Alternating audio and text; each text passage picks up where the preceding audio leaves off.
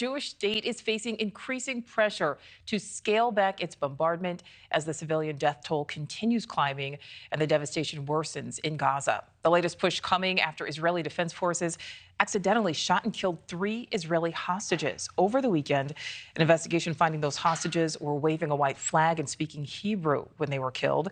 It comes as U.S. Secretary of Defense Lloyd Austin is making his 4th visit to that region since October 7th. Correspondent Robert Sherman on the ground for us there in Tel Aviv. So, Robert, what more do we know about this visit?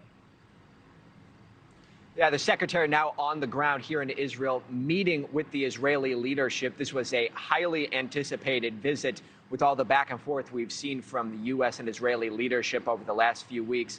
This is what the secretary had to say a short while ago. Take a listen.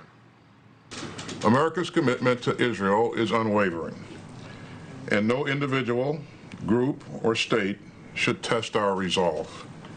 We'll continue to support Israel's mission to find and free all of the hostages. And I'm also here to discuss how we can best support Israel on the path to lasting security. And that means tackling urgent needs first.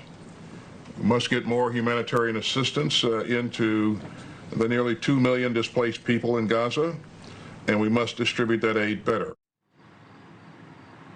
You hear the secretary talking about humanitarian aid. That has certainly been a big focus. We saw scenes like this over the weekend.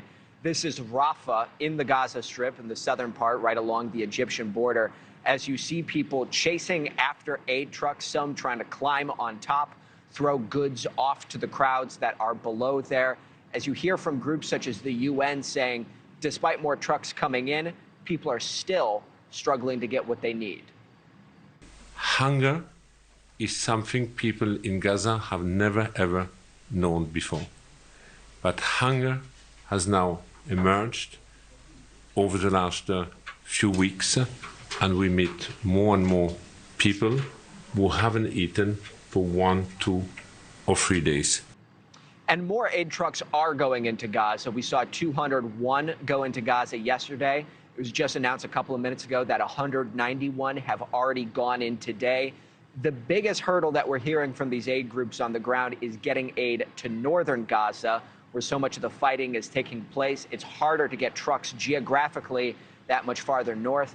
That's just one of the challenges they're dealing with on the ground, Nichole. Yeah, absolutely. All right. Robert Sherman live for us there in Tel Aviv. Thank you. Thank you for watching. Go to newsnationnow.com to find News Nation on your television provider. And don't forget to click the red subscribe button below to get more of News Nation's fact-driven, unbiased coverage.